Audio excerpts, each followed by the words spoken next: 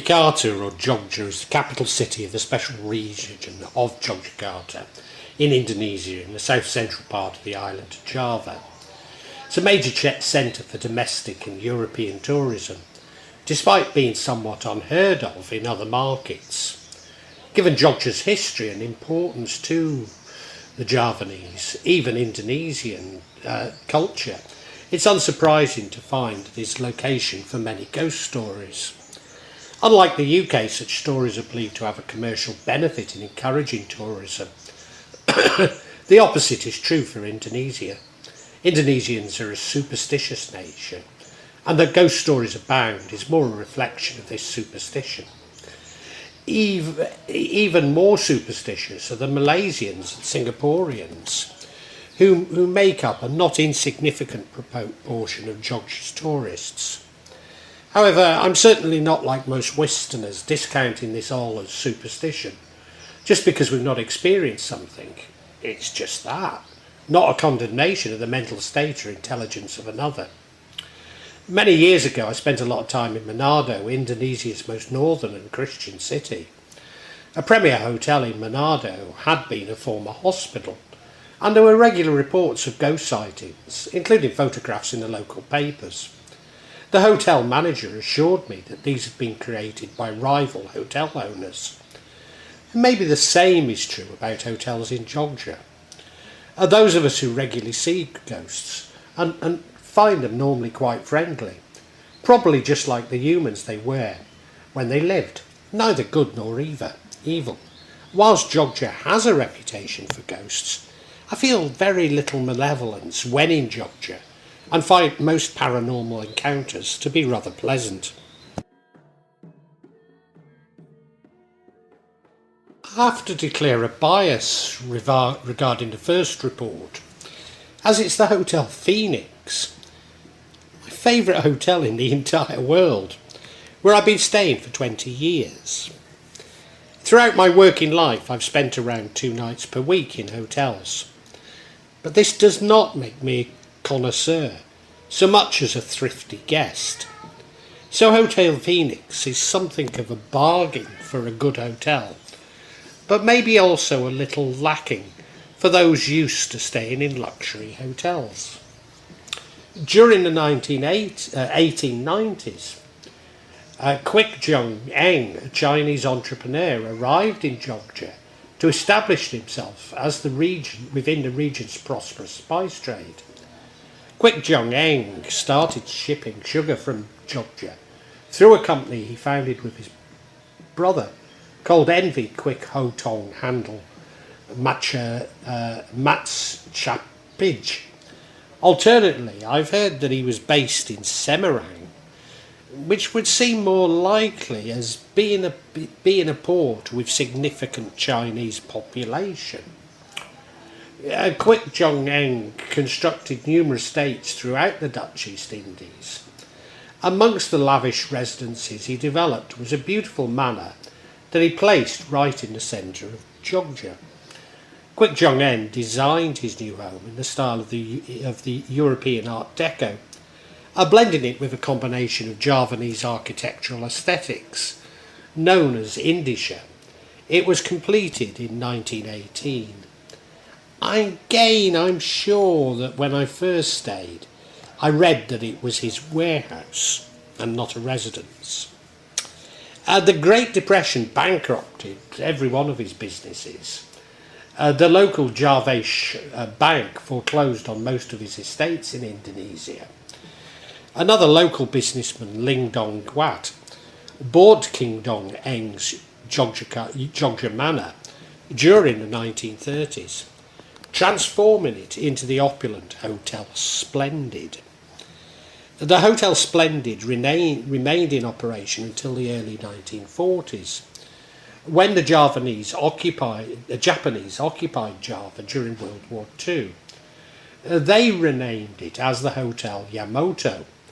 The Japanese Imperial Army used the building as the site for their headquarters in Jogja.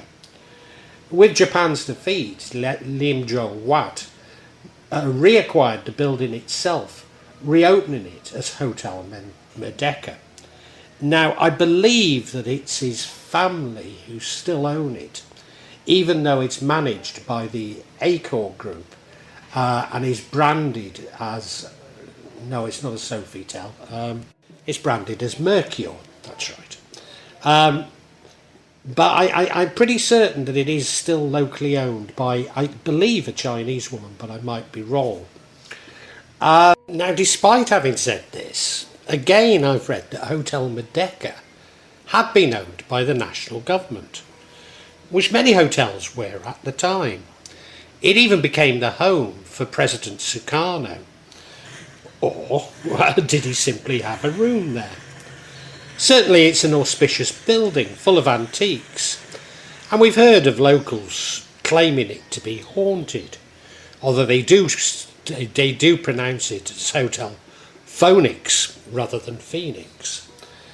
But I've only felt very positive experiences within the hotel. I mean, maybe it does contain some ghosts, but they're always benevolent.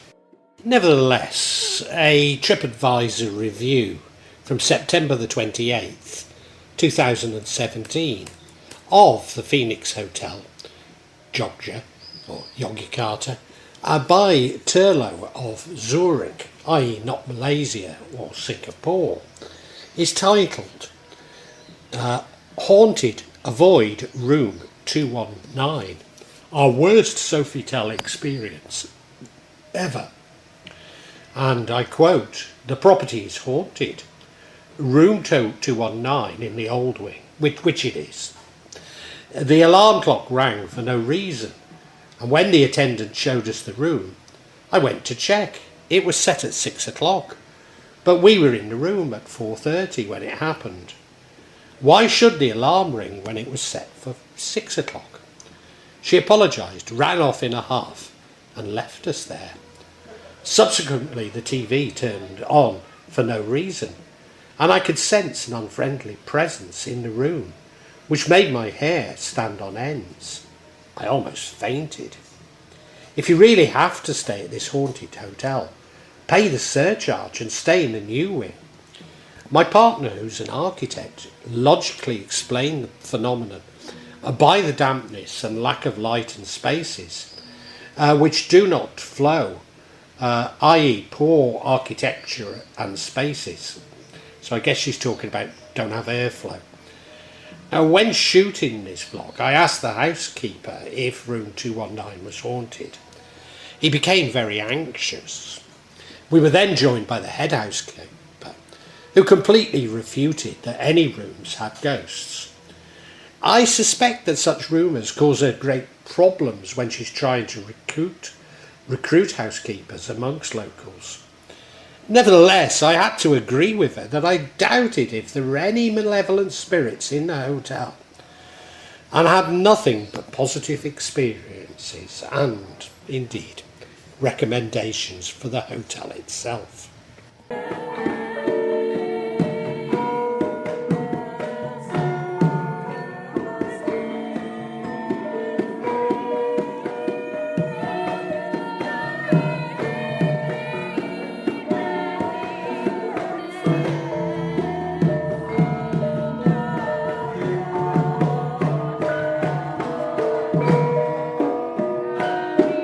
What I would say is the Hotel Phoenix is close to the Tuhu monument, where there is an old abandoned building known as locally as the Jefferson Building.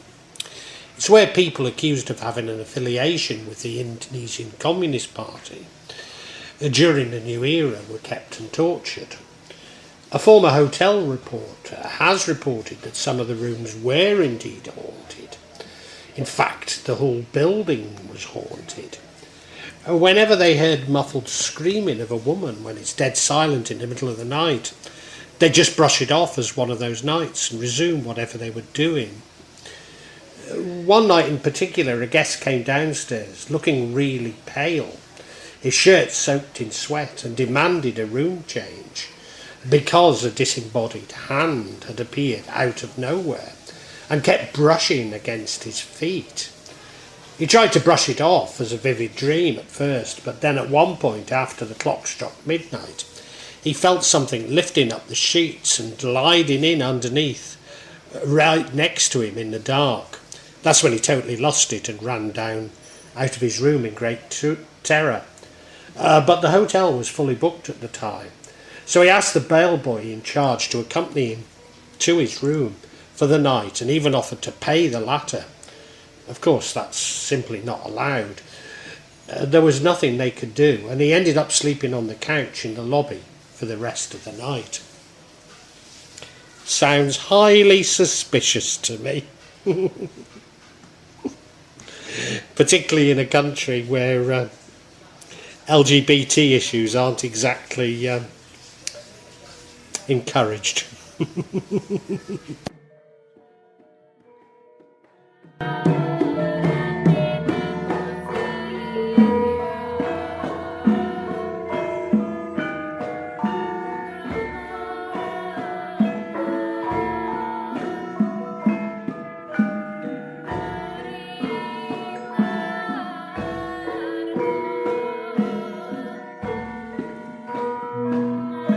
Now, despite all I've said about the Phoenix, the Grand Inner Malioboro Hotel is reputedly the scariest hotel in Jogja. Founded in 1908, the hotel has many paranormal stories related to it. The Surdiman Suite, room 291, is reputedly an energy hotspot, which includes a statue of General Surdiman, which sways by itself. This is because it was once the office of the Commander-in-Chief General Surdiman, when he led the troops to defend Indonesia's independence. According to hotel employees and indeed visitors, the doors to room 911 and 912 often open by themselves, followed by a strange, scary sound. The strange sound is also heard by visitors staying in the next room. However, instead of making people run away in fear, this strange thing actually makes more people want to come and stay in this place. Could this be referring to European clientele, who for the most part would be attracted by the reputation, unlike those from Malaysia or Singapore, who are often on edge for every minute they spend in Indonesia? Guests at Hotel Sajid have reported black figures in their rooms. Another guest spotted a woman in white clothes with long hair. There are sounds of falling objects in the stairwell. Also, lift doors are said to open and close by themselves. So that's unusual. The Matahari Hotel is haunted by a ghost named Ambarukmo, as it was a former prison. Maybe he was a prisoner. Another story is that it was built on a mass burial site, or even a military hospital. Certainly some guests have reported something whispering in their ear. Others speak of flashing lights and objects moving. Staff talk of seeing shadowy figures at night, cold gusts and hearing crying or footsteps in the corridors. Hotel Tuhu Nugraha is shrouded in mystical stories. In February 2020, a visitor staying in a room at the very end of the hotel experienced a strange incident. In the middle of the night, he suddenly heard a strange sound outside the room, like someone turning off the lights, plunging in the plug and turning on the water tap. Initially, the visitor thought perhaps the sound came from the visitor in the next room. However, after he checked the next day, he realised there was only an emergency staircase next to his room. Recently, it was discovered that behind the hotel there was an empty house, which is considered haunted by people in Jogja.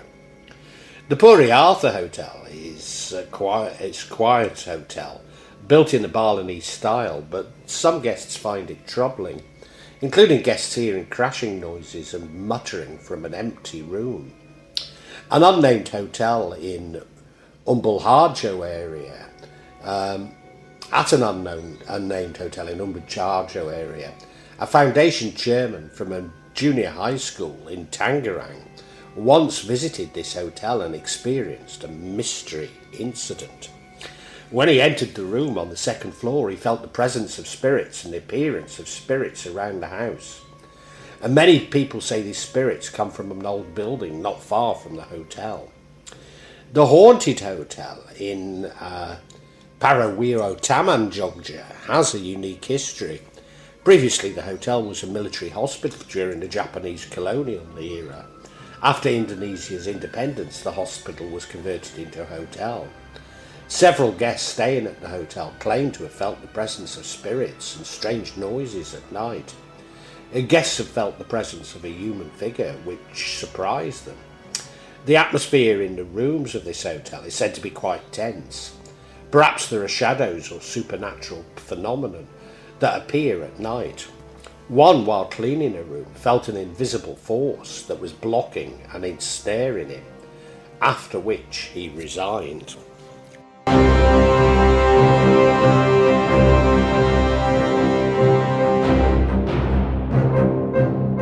Villa Kaliurang, as the name suggests, is in the Kaliurang area.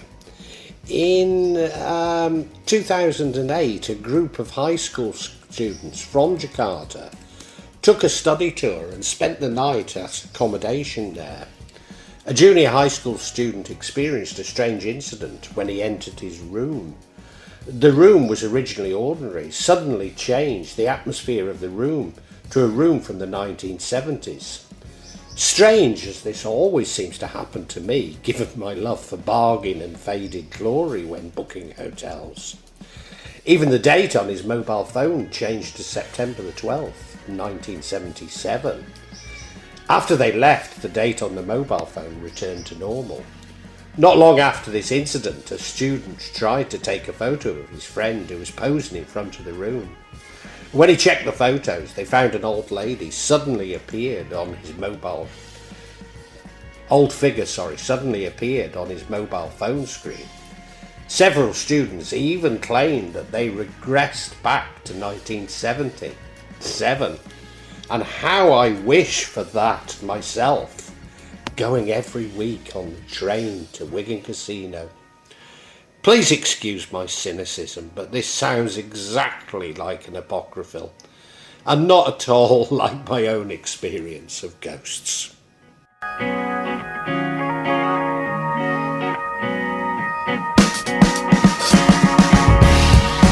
Upala Java Huise on Jalan Plataran, Bantul, stands in a beautiful forest with streams running close by. But at night time the forest seems to penetrate guests' very bodies, with many reporting a great unease from the forest.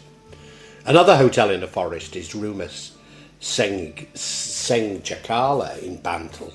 Again, very beautiful, but some find it unnerving at night.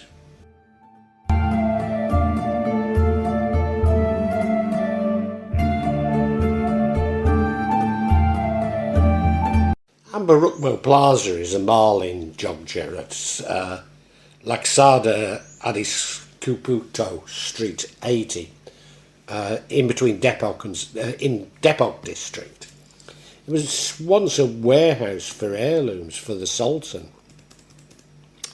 There are also orchards, stables and ponds that are considered sacred, perhaps because it's built on this sacred area.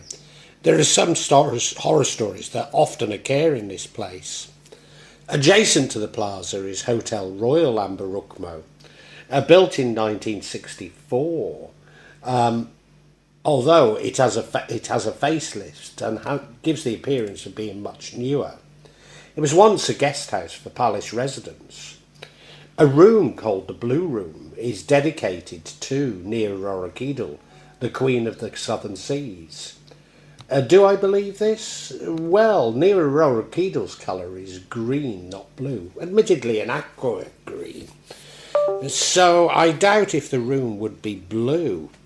There certainly are rooms for Nugraha at the Grand Inner Samudra Beach Hotel at Palembang, and it's room 308, and the Grand Inner Bali Beach Hotel in Sanur, which is currently being turned into a luxury hotel. There could be another such room, but I've got to say it's the first I've heard of it. As I mentioned in the Ghosts of Yogyakarta, there was a worker who wanted to cut the grass in the front of the Matahari Hotel. Suddenly the grass couldn't be cut and the lawnmower died. Every worker was in a trance. Finally the machine and the place were given 7 kinds of flowers. Only after that could the grass be cut.